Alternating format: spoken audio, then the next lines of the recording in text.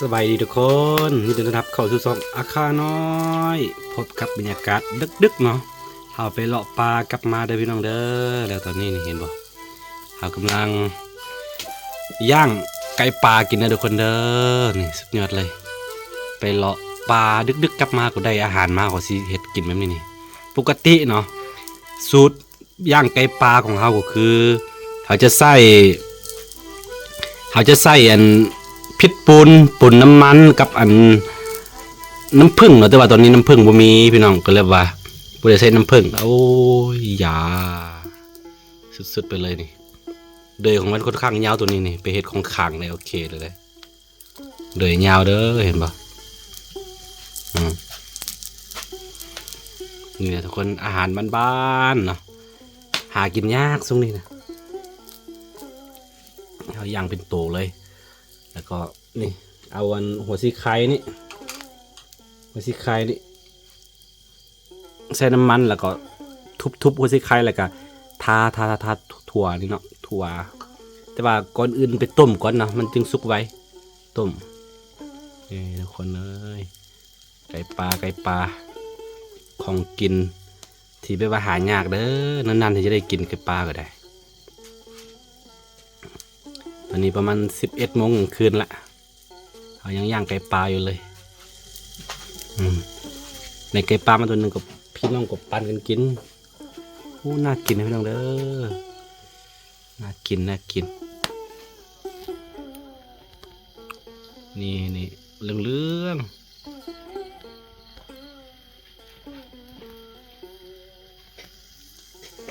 ไก่ปลาสุดยอดเลย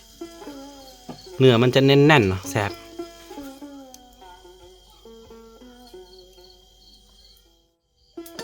โอเคนี่ตอนนี้ได้ขั้นตอนพาแล้วทุกคนเอ้ยสุดยอดเลยนานๆที่ได้กินข้าวของมันเนี่ยแข็งพดอัพปิ้งอย่างนั้นพวกไว้นี่โดยตัวนี้เอาไปเฮ็ดของขังนี่กินคนในก้อนมันโดยว่ากันยาวตัวนี้ตัวผู้ไอ้ยา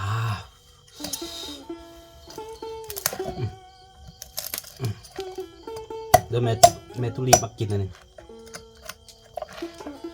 โอ้ยา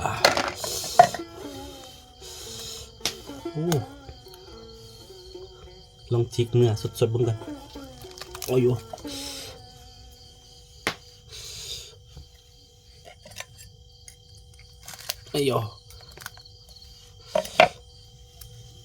นี่คือเนื้อไก่ปลาเด้อพี่น้องเด้อ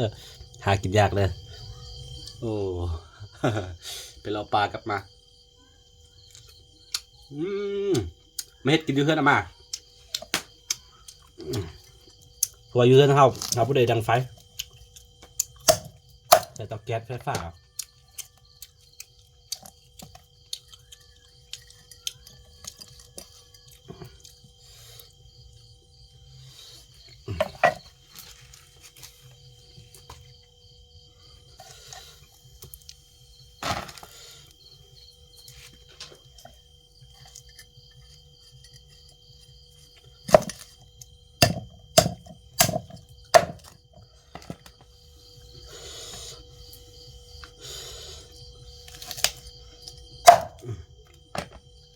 ตัดเป็นตอนเพราะว่าคนหลาย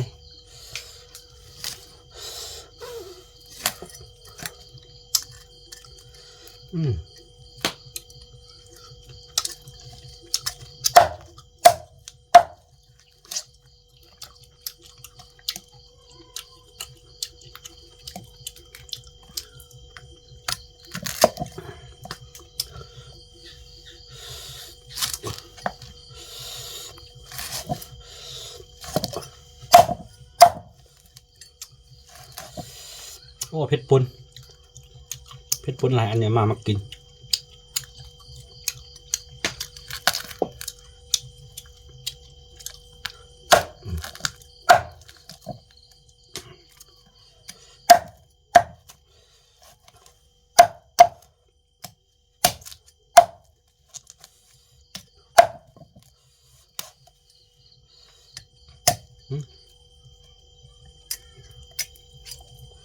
มาจะยังไง सजित था मिल जाए โอ้ยเกือบตก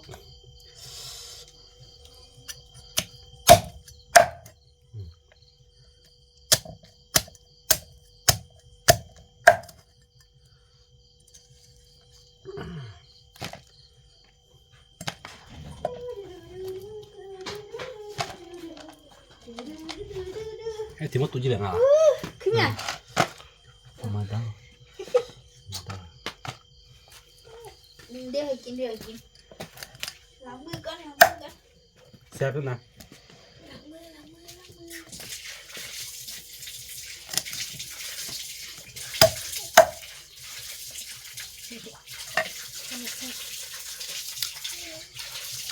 ถ่ายรูปมาให้นี่เมนูมื้อนี้ก็คือย่างไก่ปลาแล้วก็ต้มไก่ปลาเห็นบ่เห็นหัวมันบ่แล้วก็นี่มกปูมกปลาแล้วก็มกอันกบเนาะตอนนี้กินหมดแล้วล่ะเอามาเขากินไปรอบนึงแล้วเอากลับมาดึกแล้วก็นี่เห็นบ่อันนี้คือฟักของอันดอกแคออกรสชาติขมๆเนาะโอเคทุกคน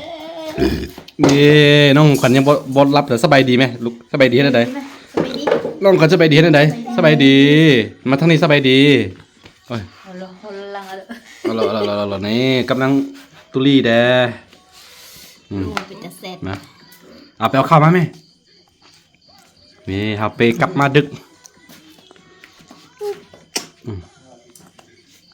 มาเนาะสบายดีไหมลูกสบายดีไหม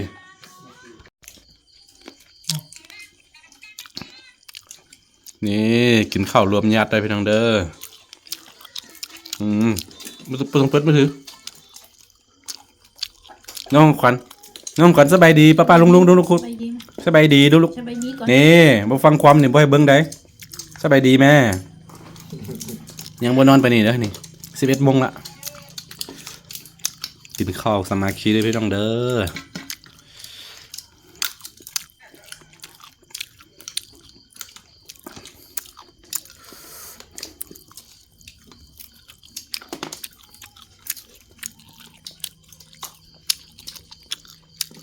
เอามาครับมากินหน่อยกินก่อนแล้วบ่กิน